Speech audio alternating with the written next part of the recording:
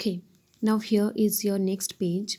A few moments later, we all lifted our eyes in awe as a spectacular array of South African jets. देखो, कुछ moments के बाद ही Nelson Mandela बोलते हैं कि कुछ मोमेंट्स के बाद ही हमने जो अपनी आइज़ है वो ऊपर की तरफ लिफ्ट की इन ऑ का मतलब होता है प्लेजेंट विद अ सरप्राइज़, जब हमें खुशी भी होती है और सरप्राइज़ भी फील होता है।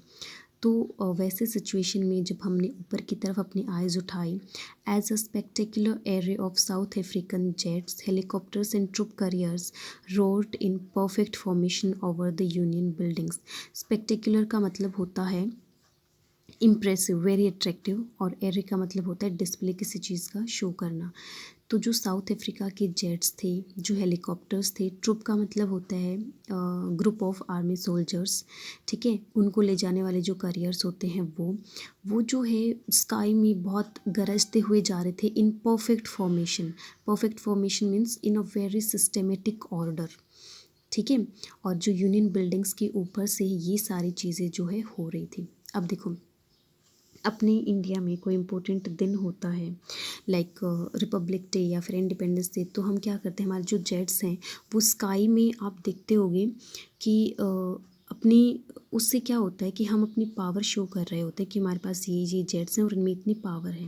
तो सेम चीज़ उधर हो रही थी कि वहाँ के जो जेट्स हैं, हेलीकॉप्टर्स हैं, वो शो कर रहे थे कि इम्प्रेसिव वे में बिल्कुल परफेक्ट कॉम्बिनेशन के साथ in a systematic order union buildings के ऊपर से वो बिल्कुल गरजते हुए जा रहे थे। It was not only a display of pin point precision and military force.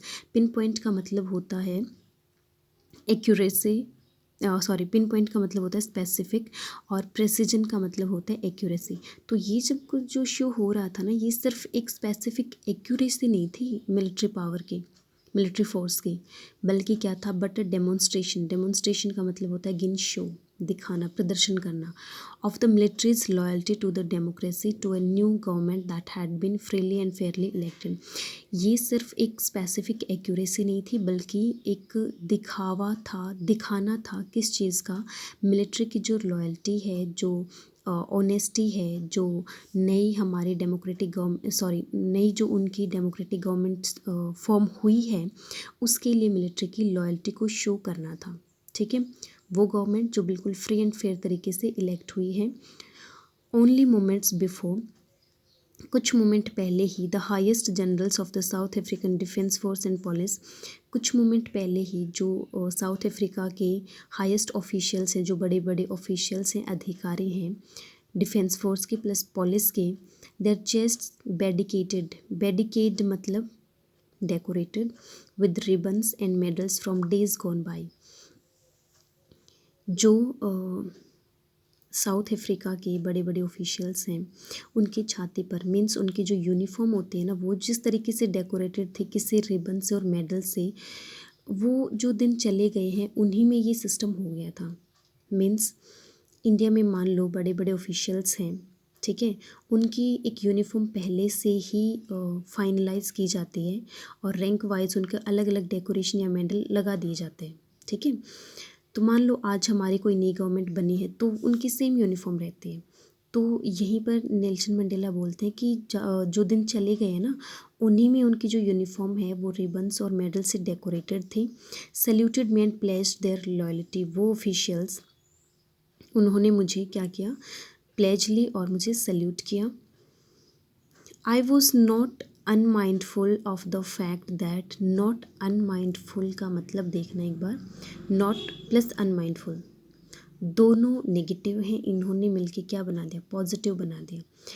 I was not unmindful मतलब मैं अनमाइंडफुल नहीं था, मतलब मैं, इसका मतलब क्या हुआ, मैं बिल्कुल अवेयर था, बिल्कुल कॉन्शियस था, किस फैक्ट से, that not so many years before they would not have saluted me and arrested me. इस बात से वो बिल्कुल पूरी तरीके से कॉन्शियस थे कि ये वही ऑफिशियल्स हैं जिन्होंने मुझे सल्यूट नहीं किया था, बल्कि क्या किया था, कुछ टाइम पहले, बहुत ज़्यादा साल नहीं हुए उन बातों को, जब उन्होंने मुझे सल्यूट नहीं किया था बल्कि अरेस्ट किया था। और आज क्या कर रहे थे, वो अपनी लॉयल्टी दिखा रहे थे विद देयर डेकोरेटेड यूनिफॉर्म, और अपनी लॉयल्टी की जो है उन्होंने प्लेज ली थी। Finally chevron of Impala jets left a smoke trail of the black, red, green, blue and gold of the new South African flag. फिर क्या हुआ, फाइनली जो चेवरन मतलब a pattern of V shape, जो उनका इम्पाला जेट था, finally वो जो है वी शेप में एक स्मोक, स्काई में स्मोक छोड़ते हुए, ट्रेल एक स्मोक की पूथ सी छोड़ते हुए, और उसमें जो स्मोक में की जो कलर्स थे वो कैसे थे, black, red, green, blue and gold.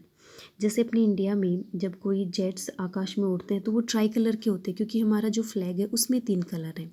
तो सेम साउथ अफ्रीका का जो फ्लैग था उसमें जितने भी कलर्स थे ना, तो उनके जेट्स जो है वो स्मोक छोड़ते हुए आकाश में उड़ रहे थे।